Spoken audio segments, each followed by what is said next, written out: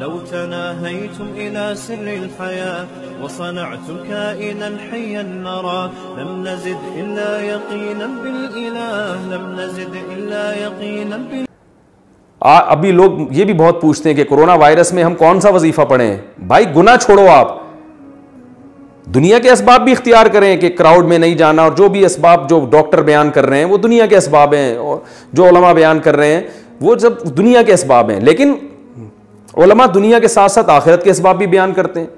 آخرت کے اسباب یعنی کرونا وائرس کے جو دینی اسباب ہیں وہ کیا ہیں؟ رسول اللہ صلی اللہ علیہ وسلم نے فرمایا جب کسی قوم میں بے حیائی آتی ہے تو ایسی ایسی وبائیں آئیں گی کہ تمہارے باپ دادا نے کبھی سنی بھی نہیں ہوگی.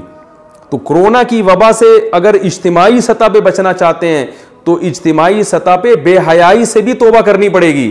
وہ کرنے کے لیے تیار نہیں ہے.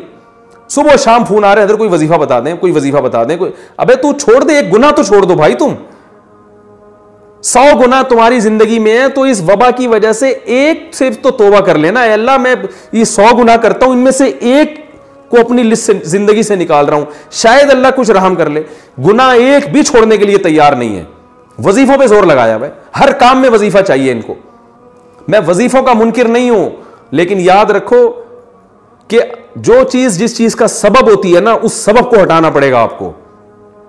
جب تک وہ سبب زندگی سے دور نہیں کرو گے وہ مصیبت نہیں ٹل سکتی. اور اگر ٹل بھی جائے گی تو اس سے بڑی مصیبت کا پیش خیمہ ہوگی. کیونکہ فرعون پر جب مصیبتیں آئیں تو مصیبتیں ٹلی ہیں. فرعون اس خوش فہمی میں مبتلا ہو گئے کہ ہم نے تو توبہ بھی نہیں کی, موسیٰ علیہ السلام پر ایمان بھی نہیں لے کر آئے, اور پھر بھی اللہ نے مینڈکوں کا عذاب بھی ہم سے دور کر دیا, جوؤں کا عذاب بھی دور کر دیا. وہ اس خوش فہمی میں تھے کہ اب ہمیں توبہ کی ضرورت نہیں ہے, مصیبت تو ویسے ہی ٹل گئی. ان بیچاروں کو یہ نہیں پتا تھا کہ بھائی یہ جو مصیبت ٹلی ہے نا, یہ بڑی مصیبت میں ڈالنے کے لیے. اب تجھے سمندر میں پانی میں غرق کیا جائے گا, اس کے بعد یہ چھوٹے موٹے عذابوں کی تجھے ضرورت ہی نہیں رہے گی.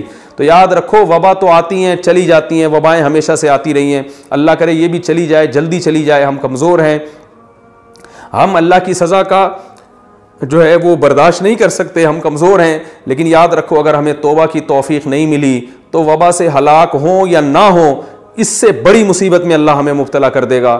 اور اگر ہمیں توبہ کی توفیق مل گئی, پھر بے شک اس وبا میں ہم ہلاک ہو بھی جاتے ہیں, شہادت کا بھی اجر ملے گا, اور اصل کامیابی تو آخرت کی کامیابی ہے. تو پھر مرنا ہمارے لیے بچنے سے زیادہ قیمتی ہے.